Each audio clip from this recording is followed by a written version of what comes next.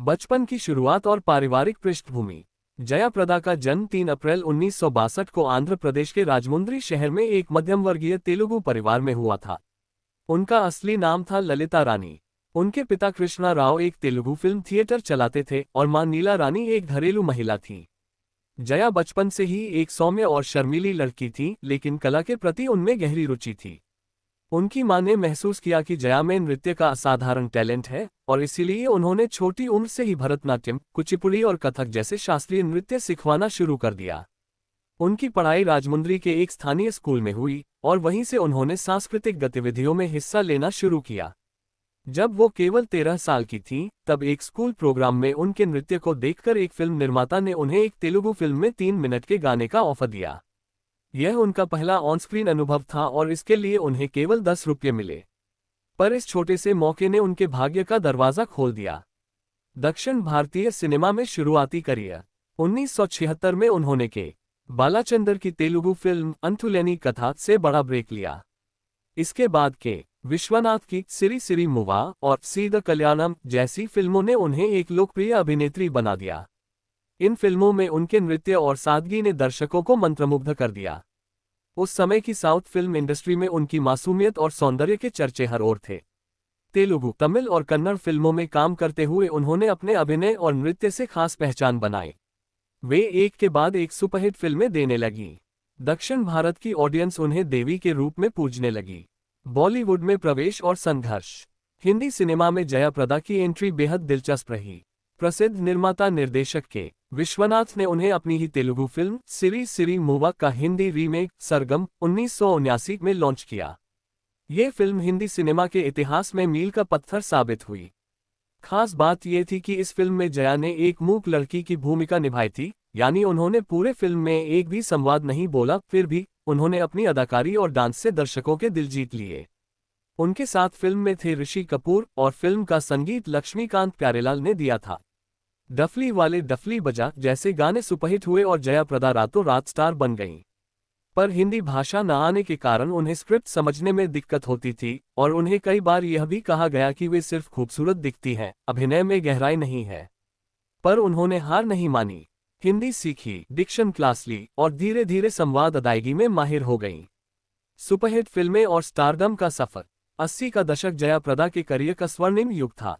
उन्होंने उस समय के लगभग सभी सुपरस्टार्स के साथ काम किया। अमिताभ बच्चन, धर्मेंद्र, जितेंद्र, मिथुन चक्रवर्ती, राजेश खन्ना और विनोद खन्ना। जितेंद्र के साथ उनकी जोड़ी तो इतनी लोकप्रिय हुई कि दोनों ने लगभग 24 फिल्मों में साथ काम किया, जिनमें से अधिकांश सुपरहिट थी, जैसे कि तोहफा, मवाली, हिम्मतवाला।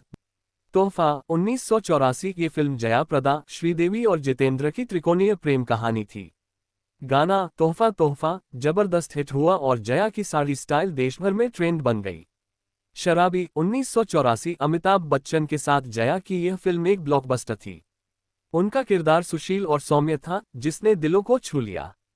उनका सौंदर्य, गरिमा और नृत्य ने उन्हें most graceful actress of Indian cinema का दर्जा दिलाया।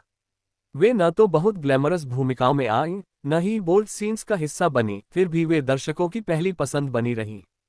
व्यक्तिगत जीवन और विवाद। जया प्रदा का व्यक्तिगत जीवन हमेशा चर्चा में रहा। उन्होंने निर्माता श्रीकांत नाहटा से शादी की, जो पहले से शादीशुदा थे और उनके बच्चे भी थे। जया प्रदा ने इस रिश्ते को सामाजिक दबाव के बावजूद स्वीकारा, लेकिन ये रिश्ता कभी पूरी तरह से सार्वजनिक या पारंपरिक नहीं हो पाया। इससे उनके करियर और सार्वजनिक छवि पर भी असर पड़ा।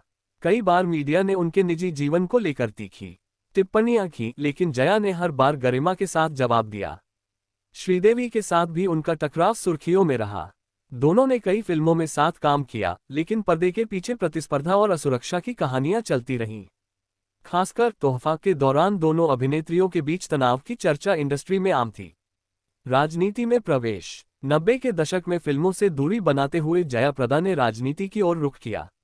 1994 में वे टीडीपी तेलुगु देशम पार्टी में शामिल हुईं और आंध्र प्रदेश की राजनीति में सक्रिय हुईं।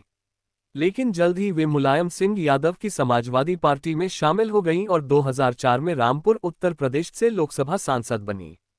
उनका राजनीतिक सफर उतार चढ़ाव भरा रहा। अमर सिंह के साथ उनकी नज़दीकियों ने खूब सुर्खियां बटोरी।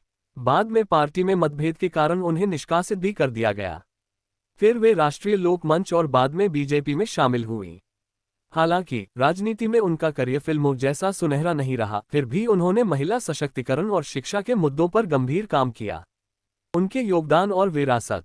जया प्रदा सिर्फ एक अभिनेत्री नहीं थी, वे एक प्रतीक थी उस दौर की भारतीय नारी की, जो पारंपरिक भी थी और आधुनिक भी। उन्होंने 8 भाषाओं में काम किया: हिंदी, तेलुगु, तमिल, कन्नड़, मलयालम, बंगाली, मराठी और उर्दू। उन्हें 2 बार फिल्मफेयर अवार्ड्स के लिए नामांकित किया गया और भारत सरकार ने उन्हें best actress in south award भी दिया। उनकी फिल्में आज भी टीवी पर आती हैं और नई पीढ़ी भी उनके अभिनय और सौंदर्य को सराहती। ऐसे ही और रोचक फिल्मी कहानियों को सुनने के लिए हमारे चैनल को सब्सक्राइब करना मत भूलें।